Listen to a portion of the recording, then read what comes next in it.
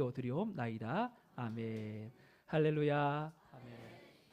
오늘 이 아침에는 라오디게아 교회 차든지 덥든지 하라라는 제목으로 하나님의 말씀 전하도록 하겠습니다. 옛말에 내의 명주라는 말이 있는데요. 이 단어의 이 사자성어의 뜻이 옷 안에 이름 난 이 구슬이라는 뜻입니다.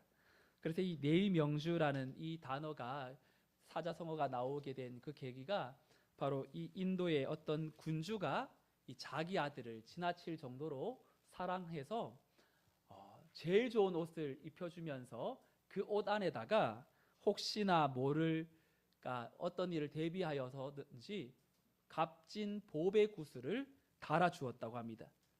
그런데 이 아들이 굉장히 이제 아버지의 사랑을 합당하게 행동하지 못하고 반항을 일삼더니 집을 나가버린 거죠. 그리고 이 군주는 아들을 찾기 위해서 돈을 주고 사람들을 고용하고 동네방네 찾아다녔지만 끝내 찾을 수가 없었고 이 아들은 몇 년 만에 이렇게 돌아왔는데 형색이 완전 바짝 마른 거지가 되어 돌아온 겁니다. 그래서 이제 아버지가 이 아들에게 어째서 너는 너 옷 속에 값진 보배 구슬이 있는지 몰랐느냐? 왜 그렇게 거지 노릇을 했느냐? 그랬더니 이 아들이 그제서야 자기 옷에 엄청난 가치가 있는 이 구슬이 달려 있는 것을 알게 된 것이죠. 그래서 이 내의 명주라는 말은 내 안에 있는 능력, 참으로 뛰어난 가치나 아무리 효능이 있는 그러한 능력도 발휘하지 못한다면 아무것도 아니라는 것을 말할 때 쓰는 이 사자성어입니다. 이 라오디게아 교회는 어쩌면 내의 명주가 참 많았던 교회였어요. 오늘 우리가 11월부터 살펴보았던 7교회 시리즈 배우는 교회가 아름답다의 마지막 라오디게아 교회를 살피면서 이 교회가 가지고 있었던 그 내의 명주 한복판에서도 그것을 살려내지 못했던 안타까움이 오늘 우리 성도들의 삶에도 없는 걸 좀 더 집중하고 내게 있는 것에 우리가 마음을 쏟지 못한다면 하나님께서 주신 그 달란트를 우리는 잘 사용하지 못하고 비교하면서 그저 안타까운 마음으로 살게 될 겁니다.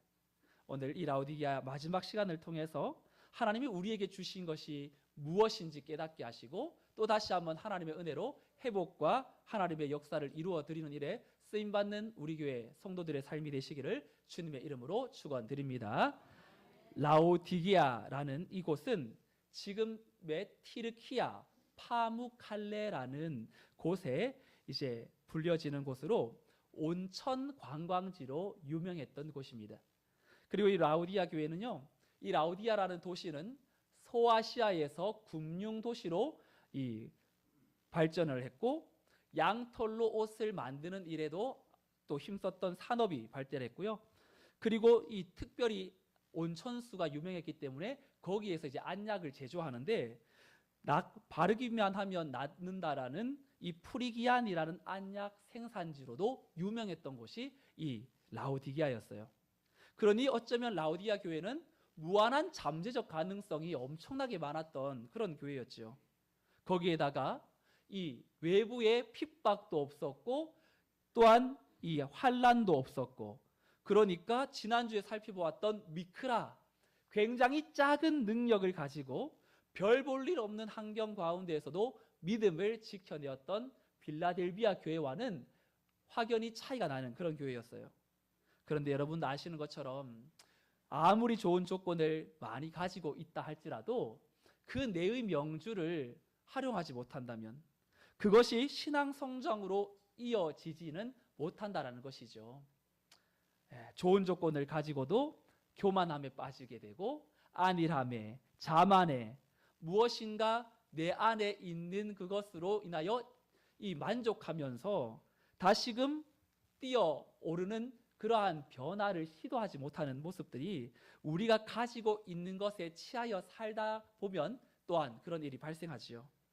오늘 대림절을 우리가 보내면서 오늘 이 라오디게아 교회의 주님의 책망을 받았던 교회를 살피는 것이 어쩌면 그리 썩 유쾌한 일은 아닐지 모르지만 한 해를 마무리하고 또한 주님의 다시 오심을 기다려야 하는 그러한 대림절을 우리가 보내는 성도로서 오늘 이 라오디게아 교회는 우리에게 하나님께서 어떤 자세로 다시 오실 주님을 기다려야 될지를 명확하게 알려주는 참 은혜로운 말씀입니다. 오늘 이 아침에 다시 한번 라오디게아 교회를 통해서 하나님이 내게 원하시는 그 신앙을 회복할 수 있는 결단과 은혜가 있기를 주님의 이름으로 축원드립니다. 라오디게아 교회가 어떻게 세워졌느냐? 여러분 골로새서 4장 13절의 말씀을 보면 이런 말씀이 있는데요. 그가 너희와 라오디게아에 있는 자들과 히에라볼리에 있는 자들을 위하여 많이 수고하는 것을 내가 증언하노라. 이 사도 바울이 골로새 출신의 이 에바브라라는 사람에게 바로 그가라는 그가 에바브라라는 사람을 말하는데 이 에바브라가 골로새 교회를 설립했고 또 이곳에서 그렇게 멀리 떨어져 있지 않았던 이웃 지역인 라오디게아와 히에라볼리에도 복음을 전한 것으로 알려져 있습니다. 그래서 이 라오디게아 교회를 찾아오신 주님은 이 교회를 바라보면서 어떻게 말씀하시냐면 중립적인 신앙생활을 하는 교회로 책망하세요. 주님의 그 책망이 15절 16절인데요. 우리 두 절을 다시 한번 읽어볼까요? 두 절 시작. 내가 내 행위를 아노니 내가 차지도 아니하고 내가 차든지 뜨겁든지 하기를 원하노라. 내가 이같이 미지근하여 뜨겁지도 아니하고 차지도 아니하니 내 입에서 너를 토하여 버리리라. 라오디게아 교회는 어쩌면 미지근한 신앙생활, 뜨거운 것도 아니고 차가운 것도 아닌 그런 중립을 유지했던, 그런데 하나님 주님은 이 교회를 책망하면서 사용했던 소재가 물이었어요. 사진을 보면 라오디게아 지역을 중심으로, 사진 하나 띄워주시겠어요? 방송실에. 라오디게아 지역을 중심으로 북쪽에 약 11km 떨어져 있는 이 히에라폴리스, 현재는 파무칼레라고 불려지는 이곳에서 뜨거운 온천수를 이제 이 라오디게아 지역은 거기에다가 경사로를 만들어서 뜨거운 물을 공급받았고, 그리고 여기에서 라오디게아 쪽에서 동쪽으로 16km 떨어져 있는 이 골로새라는 곳에서는 차가운 지하수를 공급을 받습니다. 그러니 이 라오디게아 지역에서는 이 파무칼레에서 내려오는 온천수와 골로새에서부터 흘러오는 이 지하수를 함께 공급받다 보니까 라오디게아에 도착을 하면 온천수는 뜨거운 물이 아니라 식어버려서 미지근하게 되어버리고, 골로새에서 오는 이 지하수는 또 차갑지도 않고 약간 또 미지근한 상태, 이런 상태가 되어버리니까 온천수와 지하수가 뒤섞여서 철분과 석회질이 섞여 있는 물을 먹으면 바로 구토를 유발시킬 정도로 먹을 수 없는 물이 되어버린 겁니다.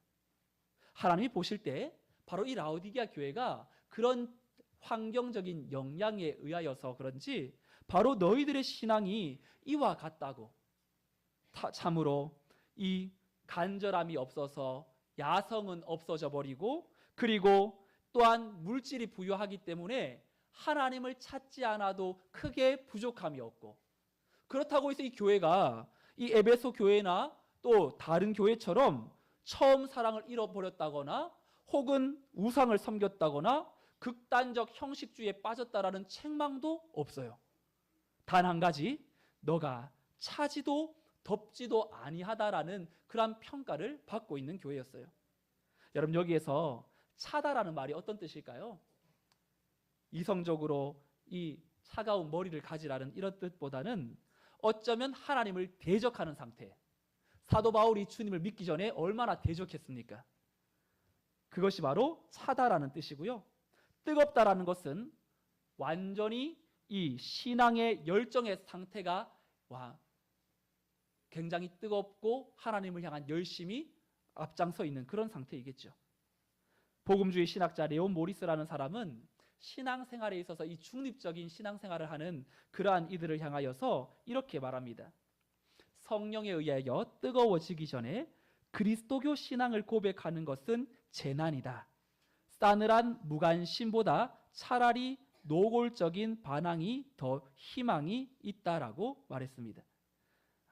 신앙이 있다고 하면서도 하나님을 믿는 믿음이 정말로 이 뜨겁지 않다면 차라리 미지근할 바에야 노골적인 반항을 했던 사울 같은 사람이 더 희망적이다라고 말하는 것입니다.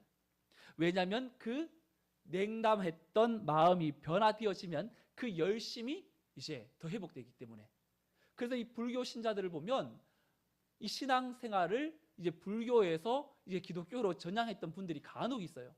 그러면 그런 분들은 그때의 이 열심이 그 바른 대상, 바른 신앙의 대상을 회복한 이후에는 더 열정적인 것을 보면서 하나님을 믿는 것 또한 우리가 어떠한 자세로 나가야 될지를 이 교회를 통해서 보게 하시는 것입니다. 그런데 주님은 이 라오디아 교회를 향하여서 예수님께서 내가 어떤 분인 줄 아니? 너희들을 향해서 내가 어떤 분인지 소개시켜주고 싶다라고 말씀하는 것처럼 14절에 자신을 이렇게 소개해요. 우리 14절 주님의 이런 모습을 함께 읽어볼까요? 14절 시작. 아멘이시오. 편지하라. 아멘이시오. 충성되고 참된 증인이시오. 하나님의 창조의 근원이신 가 이르시되. 주님께서 신앙생활 하는 중에 성도들이 제일 많이 사용하는 단어가 있다면 아멘이겠죠. 그렇게 되기를 원합니다. 진실합니다. 또한 믿습니다 라는 뜻이죠. 그런데 주님이 어떻게 자신을 소개하냐면 아멘이시오. 하나님 아버지와의 관계에 있어서 주님은 아멘이라고 자신을 소개하죠. 그리고 본인을 또한 충성되고 참된 증인, 충성된 사람, 참된 증인인 사람은 여러분 중간 중립의 입장을 취할 수가 없죠. 명확한 곳에서 서 있어야 내 사명을 발견하고 충성되이 살아가실 수 있고, 그래서 주님은 이 땅에 사람들은 왕으로 삼으려고 했지만 주님은 죽으려고 이 땅에 오신 사명이 있었기 때문에 충성되이 그 길을 걸어가셨고, 그리고 하나님 되심을 증언했던 증인의 삶. 그러니까 예수님이 라오디게아 교회 성도들에게 말씀하는 것은 내가 그렇게 중립적인 그런 이가 아니다. 나 또한 내 성향과 내 성품이 진실하다, 충성되다, 그리고 참된 증인이다. 나는 창조의 근본된다라는 것을 열거하면서 바로 하나님과 동떨어져 있는 그러한 신앙생활이 아니라 깊이 있는 신앙생활로 나아오도록 요청하고 있는 것입니다. 여러분 나이아가라 폭포를 혹시 다녀오신 분들이 있으세요? 나이아가라를 가면 이 대개 한 번만 가볼 수 있는 사람들은 그 자리를 쉽게 못 떠나죠. 배를 타고 그리고 폭포수가 떨어지는 제일 안쪽까지 가려고 합니다. 그런데 그 안쪽까지 가면 이 물보라가 엄청 많이 이제 튀기게 되면 온 몸에 물이 젖으니까 이제 우위를 입고 이제 폭포 앞까지 갑니다. 왜 그럴까요? 더 감격을 느끼고 싶어서. 그런데 여러분 하나님을 만나는 것도 마찬가지죠. 어떤 분들은 먼 발치에서 하나님을 그저 있는 것으로만 만족하며 신앙생활하는 분들이 있는 반면, 어떤 분들은 그 하나님을 간절히 더 알아가기 위해서 더 열심을 내고 어떻게 하면 하나님을 내가 만날 수 있을까 열정을 가집니다. 제가 오늘 성문교회에 와서 1년이 이제 되어 가는데, 여러분 제가 제일 이 교회에 와서 감사한 거, 좋은 분들을 만나서도 감사하지만 하나님을 간절히 찾게 되는 절박함이 제게 유지가 되고 있는 것이 저는 참 감사합니다. 수시로 하나님을 찾을 수밖에 없는 위치 아닙니까? 하나님 어떻게 합니까? 다음 달 말씀은 제가 무엇으로 해야 합니까? 하나님 제가 이 성도님은 어떻게 목양해야 합니까? 크고 작은 일들 앞에서 하나님 없이는 안 됩니다. 하나님, 저는 심고 물 주는 일들을 잘할 수 있도록 도와주세요. 그런데 하나님의 역할을 제가 대신하려고 하지 않게 해주세요. 하나님이 하시는 일을 제가 보게 해주세요. 그래서 하나님은 성문교회를 위해서 저를 보낸 게 아니라 저를 위해서 성문교회를 만나게 하신 거예요. 그래서 연약한 자를 더 연단시키고 하나님 마음에 합한 종으로 세우시기 위해 보내셨다라는 그 생각을 1년이 지나면서 더 강하게 느낍니다. 그런데 여러분 그 마음은 저뿐만 아니에요. 이 자리에 함께 마음을 모으고 앉아있는 모든 분들도 마찬가지입니다. 내가 왜 이 교회에 와 있을까? 내가 왜 이 교회 다니고 있을까? 주님은 우리 교회를 나를 위해서 만나게 하셨고 하나님을 더 깊이 느끼도록, 하나님을 스쳐가는 성도가 아니라 하나님을 깊이 만나야 한다라는 그러한 회복을 우리에게 깨닫고 알게 하시기 위해서 이 성문교회를 하나님은 만나게 하셨지요. 그래서 하나님은 1차원적인 하나님과의 관계가 아니라 굉장히 깊은 관계까지 들어가면서 하나님 앞에 밀착된 성도만이 느낄 수 있는 그 영적인 친밀함을 경험하도록 우리에게 요청하고 계시는 겁니다. 라오디게아 교회가 놓치고 있는 것이 무엇일까요? 내의 명주 때문에, 너무나 많은 가치 있는 세상적인 것 때문에 그저 이름만 걸쳐놓는 것으로 만족했고 예수님 주변에서만 머무르는 신앙에 일관했던 것입니다. 여기에 주목해야 될 것은 주님은 차든지 뜨겁든지 아니할 바에는 토하여 버린다라는 경고의 메시지입니다. 여러분, 차든지 덥든지 하라는 것은 양자택일입니까? 차가웠든지 뜨겁든지 결정하라는 뜻이 아니죠. 제발 좀 뜨거워져라라는 말씀 아니겠습니까? 그런데 여러분, 뜨거움도 바른 뜨거움이어야지 잘못된 뜨거움은 굉장히 우리를 힘들게 만듭니다. 여러분, 예수님 믿고 나서 참으로 삶의 가치관이 달라진 분들이 있죠. 모태신앙인 분들보다 바울처럼 회심한 사람, 중간에 예수님을 만나고 이전 비포와 애프터가 명확하게 구분된 사람이 있어요. 그러면 그분들은 예수님 믿는 것이 이런 은혜였구나, 이런 감격이 있구나라는 걸 알고 나서는 옛날로 돌아가지 않지요. 영적으로 눈이 뜬 것입니다. 그러면 이와 같은 좋은 마음을 내 남편도, 내 아내도, 내 자녀도 만났으면 좋겠다. 그러면서 본인도 모르게 자꾸 예수님 이야기해요. 신앙 이야기를 하면서 은근히 가족들을 압박하는 모습으로 나갈 수 있어요. 그런데 여러분, 나는 변화되었고 좋은데 가족들은 아직 영적으로 눈이 안 열렸잖아요. 그러면 갑자기 바뀌어버린 나를 대하는 가족들의 반응은 어떨까요? 나도 예수 믿어야지 라는 마음이 들면 좋은데, 교회에 빠졌다, 믿어도 곱게 믿어야지, 광적이다, 이 광신도다라는 말이 이제 나오죠. 여러분, 뜨겁다라는 것은 무분별한 열심을 말하는 것이 아니라 말씀 묵상을 통하여서 바른 열심을 회복하는 것이 더욱 중요합니다. 여러분, 신앙생활하면서 진짜 무서운 사람은요, 목사님 저 성령의 계시를 받았어요, 직통 계시를 받았어요 라고 말하는 분들이 되게 무서운 분들이세요.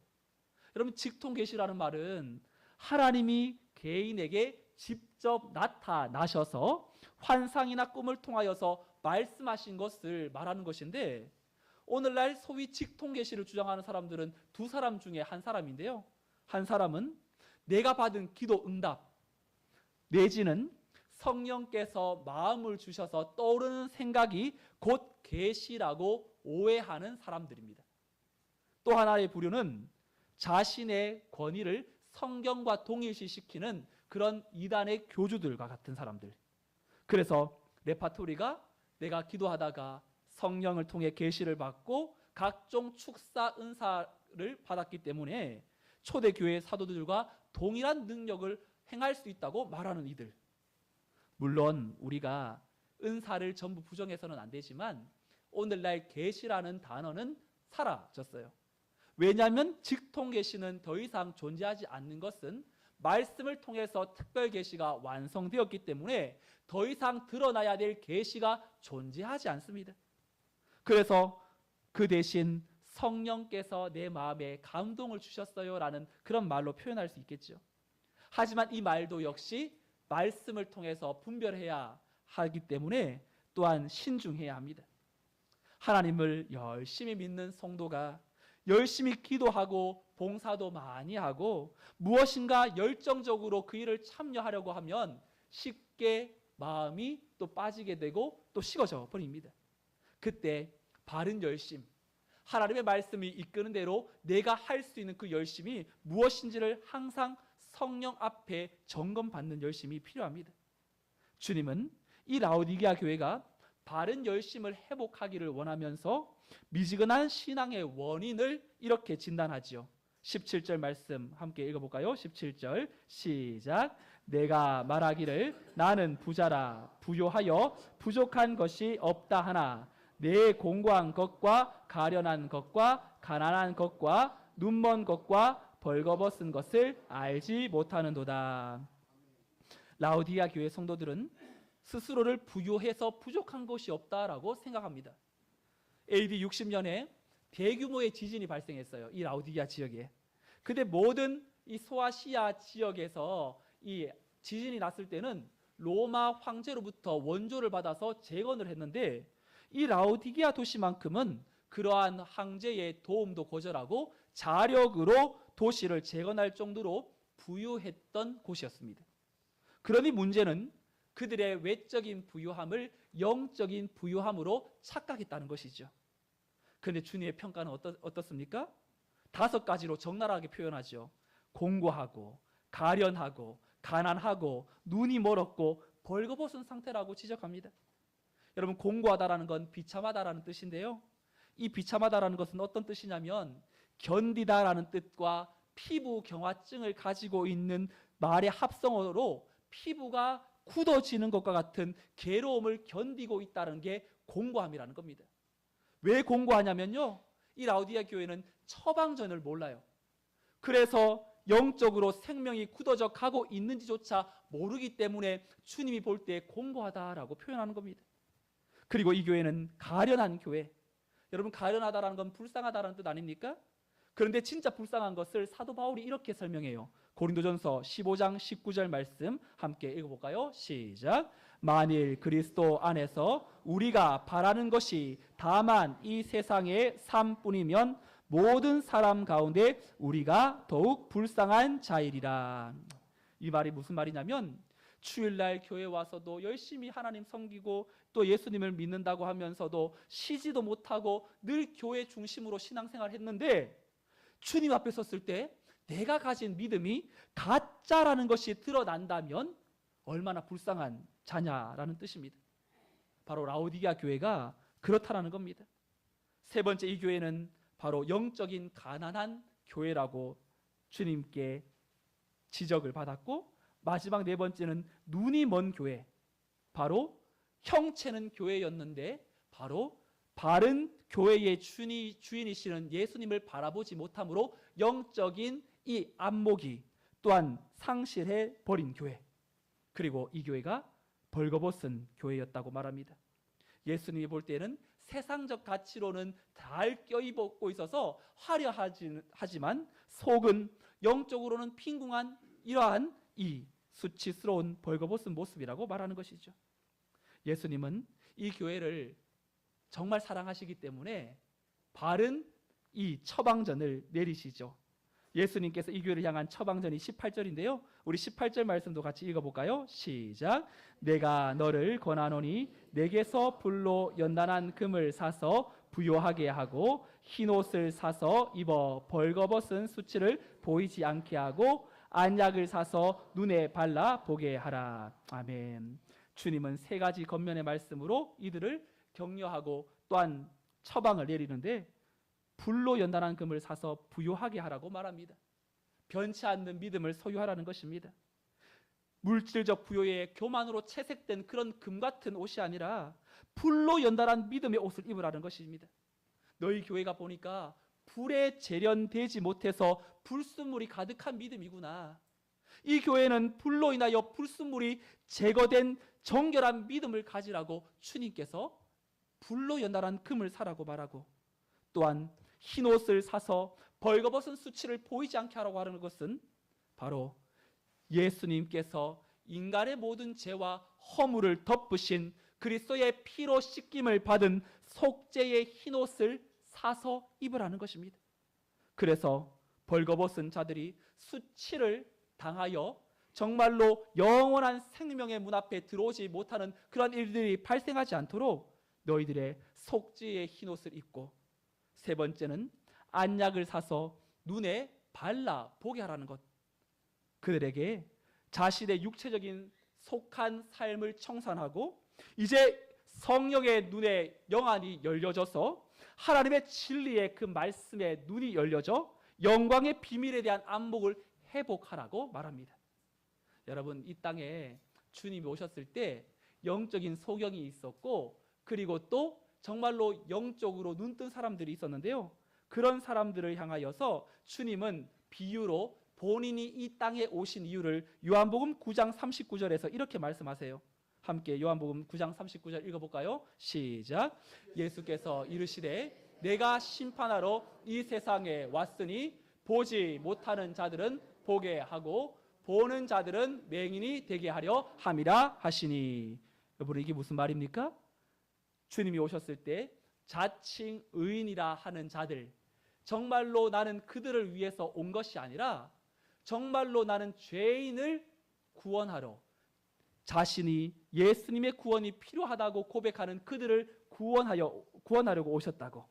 그러니 주님이 이 땅에 왔을 때에 눈은 뜨고 있지만 영적인 눈이 닫혀 있었던 종교 지도자들이 있었던 반면, 또한 사람들에게는 저 죄인들은 정말로 구원을 받을 수 없다고, 영적인 눈이 닫혔다고 확신했던 그 죄인들은 도리어 주님에 의하여서 영적인 눈이 열려지는 은혜를 받게 된 것처럼, 라오디게아 교회 성도들은 물질적인 부요함, 그리고 질 좋은 양모의 옷, 세계 제일의 의학을 자랑하는 그러한 이 화려함 가운데에 주님은 이 지역의 특산물 3가지를 영적으로 재해석하면서 바로 너희들에게 있는 금 같은 부요함을 영적인 불로 인하여 재련되는 믿음을 가지고, 그리고 예수의 그 흰옷을 입고 정말로 한 명도 복음의 구원의 낙오자가 되지 않기를 바라면서 너희들의 영 안이 열려져서 진짜 가치 있는 것이 무엇인지를 분별하기를 원한다라는 마음으로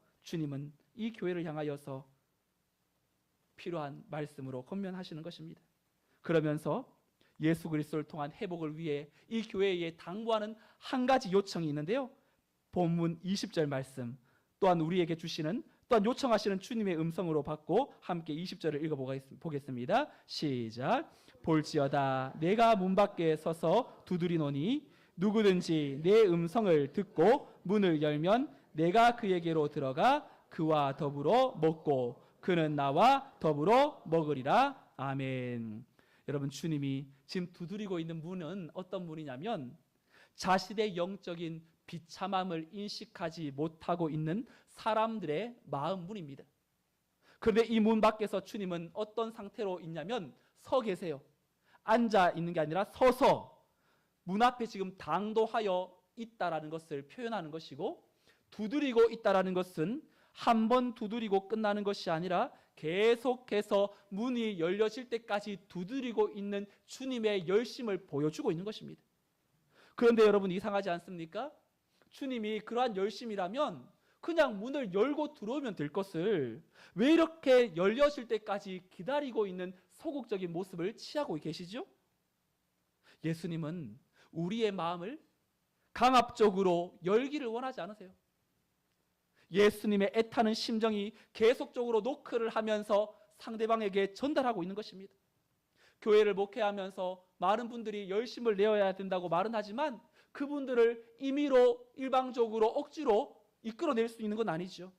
왜냐하면 하나님께서 그 사람에 맞는 때가 있을 것이고, 또 언젠가 우리가 알지 못하는 하나님의 만져주심 앞에 그토록 기도했는데도 나오지 않던 사람이 어느 순간 이 자리에 나와 함께 예배하는 그것을 보면서, 야, 사람이 열심이 아니구나, 정말 심고 또한 물을 주는 이가 사람일지라도 하나님이 자라게 하시고 회복하게 하시는 것은 하나님의 영역이라는 것을 우리는 신앙생활하면서 얼마나 많이 느낍니까? 주님은 자신의 백성들이 그토록 간절히 기다리고 있는 여호와 하나님 예수 그리스도를 향하여서 영접하도록 지금 계속해서 하나님이 문을 두드리시는 것은 하지만 열고 영접하시는 것은 죄인들에게, 교회들에게 맡기고 있는 것입니다.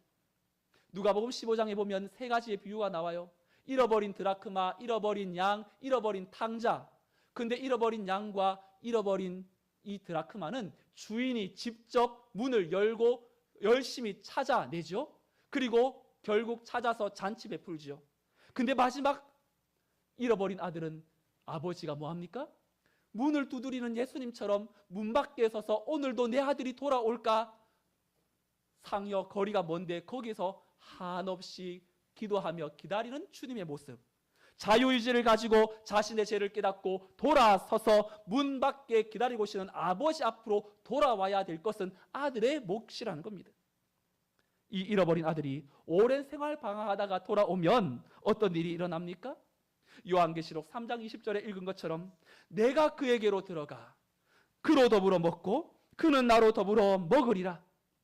식사 교제는 단순히 한번 그런 식사했다는 것으로 끝나는 것이 아니라 화해가 이루어지고 신뢰가 이루어지는 것이고, 그리고 영적 교제의 구원이 임했다라는 걸 선포하는 것이 바로 이 식사 자리이죠. 그래서 주님은 삭개오의 집에 들어가셔서 오늘 밤에 이 구원이 이 집에도 임하였다고 선포하시는 거 아닙니까? 말씀을 마무리하면서 라오디게아 교회를 향한 주님의 그 마음, 정말로 이 교회가 비록 차지도 않고 덥지도 않고 중립적인 신앙생활이지만 너희들이 금으로 정말로 재련된 믿음을 가지고 예수 그리스도의 그 흰옷을 입으며 정말로 영안이 열려져서 회복되면 네가 내게 이런 은혜를 내리워 주겠다고 21절에 마지막으로 주님의 메시지를 함께 읽고 마치겠습니다. 21절 시작. 이기는 그에게는 내가 내 보좌에 함께 앉게 하여 주기를, 내가 이기고 아버지 보좌에 함께 앉은 것과 같이 하리라. 아멘. 일곱 교회에 그 어느 교회에 못지않게 하나님의 놀라운 은혜가 임하고 있습니다. 토하여 내치겠다는 심판의 메시지에 버금가는 주님의 회복의 메시지가 얼마나 감동스럽습니까? 주님의 보좌에 앉는다는 건 심판의 권세를 가지고 다시금 주님이 행하시는 그 일에 동참할 수 있는 권한이 부여지게 되는 것입니다. 그러니까 주님은 심각하게 병들어 있지만 회개하고 돌아오면 나중된 자가 먼저 되는 엄청난 영적인 그런 반전을 주님은 준비하고 계신다는 것이죠. 사랑하는 성도 여러분, 이제 다가오는 우리 심령 부흥회, 하나님께서 우리에게 문을 두드리며 은혜를 주시고자 하시는 하나님의 음성인 줄 알고 여러분들 우리의 심령에 불을 지펴 믿음의 한 해를 주님과 함께 더 영적으로 새롭게 달려갈 수 있도록 여러분 스스로를 겸비하고 그 시간을 또한 시간을 확보하시고 하나님 앞에 정말로 믿음의 결단과 함께 우리가 어떻게 살아가야 될지를 또한 주님 앞에 올려드렸으면 좋겠습니다. 사랑하는 성도 여러분, 주님에게 절대적으로 의존하는 가난하고 겸손한 마음만 붙들고 있다면 우리 교회는 제2의 라오디게아 교회처럼 타락하지 않을 것입니다.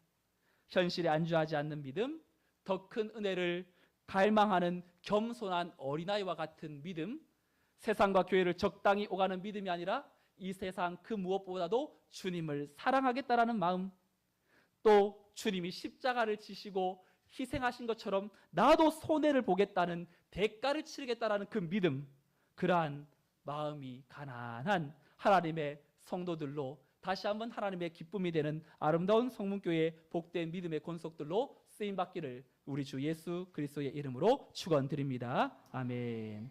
다 같이 자리에서 일어나셔서 난 지극히 작은 자 죄인 중에 개수 무익한 날 부르셔서 우리 십자가의 전달자 함께 찬양하고 기도하겠습니다.